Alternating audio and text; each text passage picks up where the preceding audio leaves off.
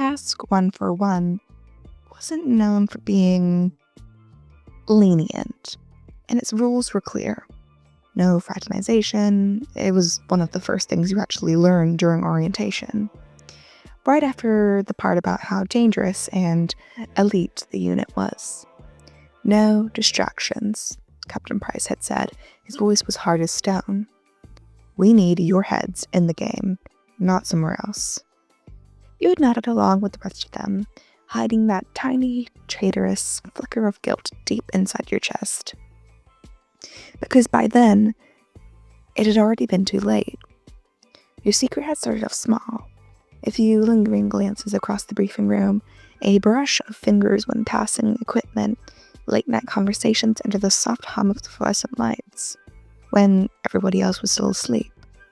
And somehow, those moments had spiraled into something more, something forbidden, something thrilling. You were in love, stupidly and recklessly in love, and you were doing a damn good job at hiding it. At least, until tonight. The base was quiet, blanketed by the heavy silence of the 0200 hours. Everyone was supposed to be asleep, recharging for the next brutal day of training. You should have been asleep too. Instead, you crept through the dim hallways like a ghost, heart hammering in your chest. You didn't even have to knock. The door cracked open before your knuckles could meet it, and a hand reached out to yank you inside. You're late, your secret lover whispered, a grin pulling at their lips. I got held up, you breathed out, shutting the door quickly behind you. Your hands were already fumbling at the hem of their shirt, desperate to touch, to taste, to feel something real after the days of keeping your distance in front of the others. They chuckled low in their throat. Miss me that much, huh? Shut up, you muttered, pressing your mouth to theirs. The kiss was messy and frantic, the kind of kiss that spoke of stolen times and starved longings. You moved together blindly, bumping into furniture and tripping over discarded boots, not caring about anything else except getting closer. Their fingers found your zipper of your hoodie, tugging it down roughly. You kicked off your shoes without breaking the kiss, hands greedily touching as they slipped beneath their shirt to trace the familiar lines of muscle. God, you're so... A sharp knock startled both of you, freezing the air mid-breath. Oi, a gruff voice barked from the other side. Soap. You left your comms on, dumbass. We just heard everything. You went rigid. Your lovers swore under their breath, already moving to grab their discarded shirt. Don't move, you hissed, panic blooming in your chest. Maybe they didn't know it was you. Maybe they thought it was someone else. Maybe... The door burst open. Price stood in the doorway, arms crossed, face dark with fury. Behind him, Soap and Ghost flanked like twin pillars of judgment. Even Gaz was there, arms folded and lips pressed into a thin line. And you... Well, you were, half undressed, flustered, and caught red-handed. You could do nothing more but stare like a deer in headlights. Well, Price said slowly, his voice cold enough to freeze your blood. His eyes shifted from you to the person behind you, taking in the state of dishevelment, the guilt written all over your face. Care to, explain? The silence stretched on, longer than it probably should have, suffocating and heavy. Ghost cocked his head slightly, dark eyes glinting beneath his mask. Bit past curfew for, extracurricular activities, yeah? Soap snorted, clearly trying and failing to smother a grin. Rules are rules, mate. Your stomach churned with nausea. This wasn't just a slap on the wrist situation, this was, fraternization could mean suspension, reassignment, and even dismissal from the task force together. You'd worked so hard to prove yourself, to earn a place amongst them, not just as the token girl, but as a damn good operator. And now, all of that was dangling by a thread.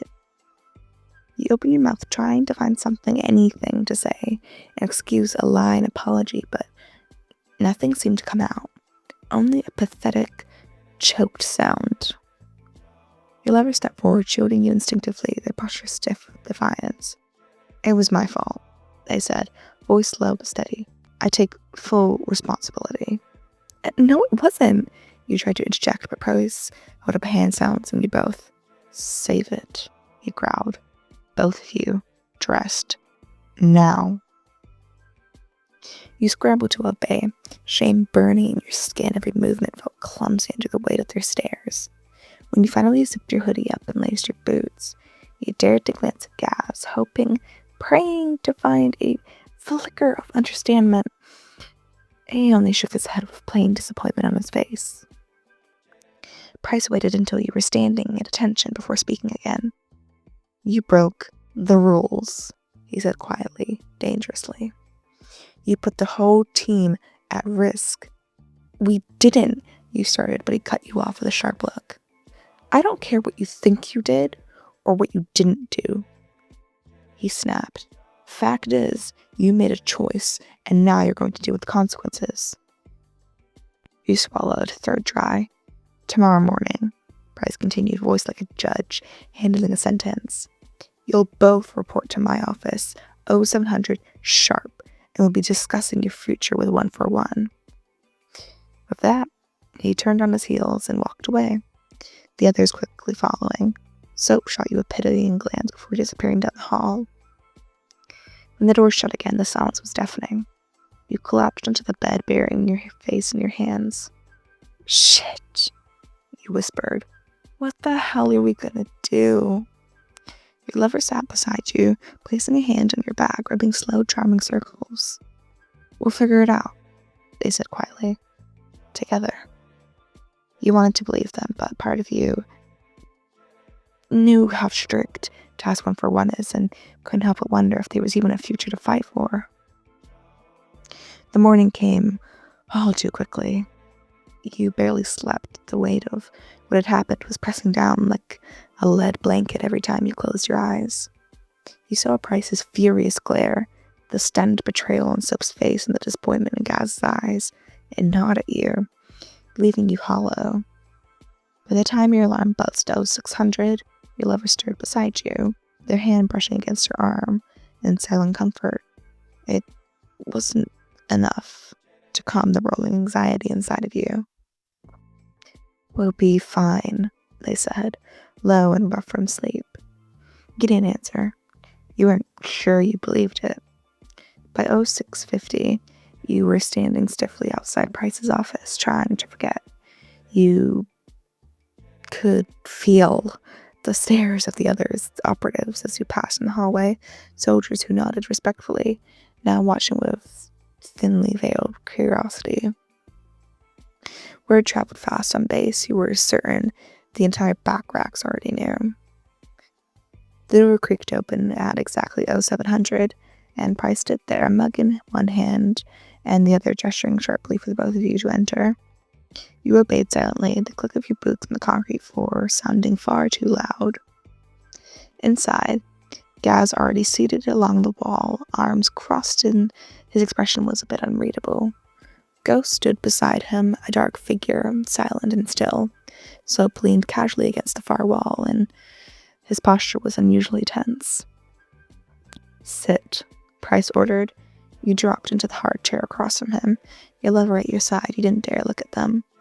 There was a long, nasty, painful silence before he set down his mug with a heavy thud and fixed you both with a stare that could drill holes through steel. "Do you two understand how serious this is?" he said, his voice dangerously calm. "Yes, sir," you both said. "You've broken a direct order. Fraternization policies exist for a reason," he continued. "We can't have divided loyalties, personal feelings getting in the way of a mission's objective." Your mouth felt dry. You forced yourself to nod even though your heart was sinking. Ghost finally spoke, his voice low and grim. "You think you'll make the right call under fire when it's them in the crosshairs?" Your chest tightened painfully. You hadn't thought about that. You didn't want to. Soap added, voice softer. It ain't just about you two, it's about all of us, and one mistake could get us killed, mate. The guilt was unbearable. I understand, he said quietly. Price leaned back in his chair, studying you both with a calculating gaze. Here's the situation, he said. Under normal circumstances, this would mean reassignment, immediate transfer off the task force. Your stomach dropped. You bit the inside of your cheek to try to keep from making a sound. But you're both damn good operators, both of you. Best we've ever had in some areas. It'd be a damn waste to throw that away. Hope flared within your heart, fragile and faint. So we're offering you both a choice, Price continued. You break it off. Completely no more sneaking around, no more activities, strictly professional relationship from here on out. You swallowed, feeling like your entire chest was splitting open. And if we catch even a whiff of you continuing, you're both out. No appeals, no second chances. The silence fell, heavy and choking. You looked at your lover for the first time since entering the room. Their expression mirrored your own. Torn, devastated, you wanted to reach out, but your hands firmly on your knees kept you from doing so. Fingers digging into the fabric of your cargo pants. Decision is yours, Price said, voice clipped. But you got 5 minutes. He stood, gathering the others with a nod. Ghost, soap, and gas filed out slowly, leaving you alone in that tiny office. For a moment, neither of you spoke. And then he did.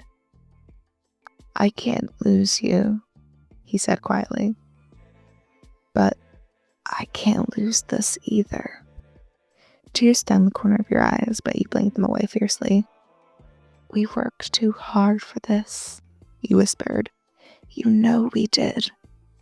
They nodded, jaw clenched tightly, so you could see the muscle tickling the skin. So, what do we do? You hated it. Hated that it came to this. Hated that you had to choose between love and the life you had built. But deep down you knew the answer. We have to end it, you said, voice cracking. At least here, while we're still on the team. Their shoulders sagged like the weight of the world had just come crashing down. You leaned closer, voice trembling. It doesn't mean I don't love you. It doesn't mean I'll ever stop loving you. They whispered, I know, brushing your knuckles with theirs in the smallest, saddest way possible. The door opened and Price stepped back in, his sharp gaze sweeping over you. Decision? He asked. You straightened your back, voice steady. We'll end it, sir. Effective immediately. Price's jaw shifted slightly like he was chewing over your words. He gave a small nod. Good. We'll be watching. Don't make me regret giving you this chance. You nodded, and without another word, you were dismissed, leaving the office feeling like a hollowed-out shell. The halls blurred around you as you walked aimlessly, boots scuffing against the ground behind you. You could hear your lover's footsteps retreating into the dark hallway. Separate. Professional. Alone. And it was one of the hardest things you've actually ever had to do. For weeks you operated like a machine, cold and detached and effective. And every time you caught their eyes across the briefing room, every time you brushed past them in the armory, every time you heard their voice crackle over the comms during a mission, it was like another dagger to the heart. But you endured it because this was the life you chose and this was the family you fought to be a part of. And maybe when the world wasn't so demanding of your loyalty and sacrifice, when the mission was finally over, when you could finally find your way back to each other, maybe you'd fall in love again. But you didn't know.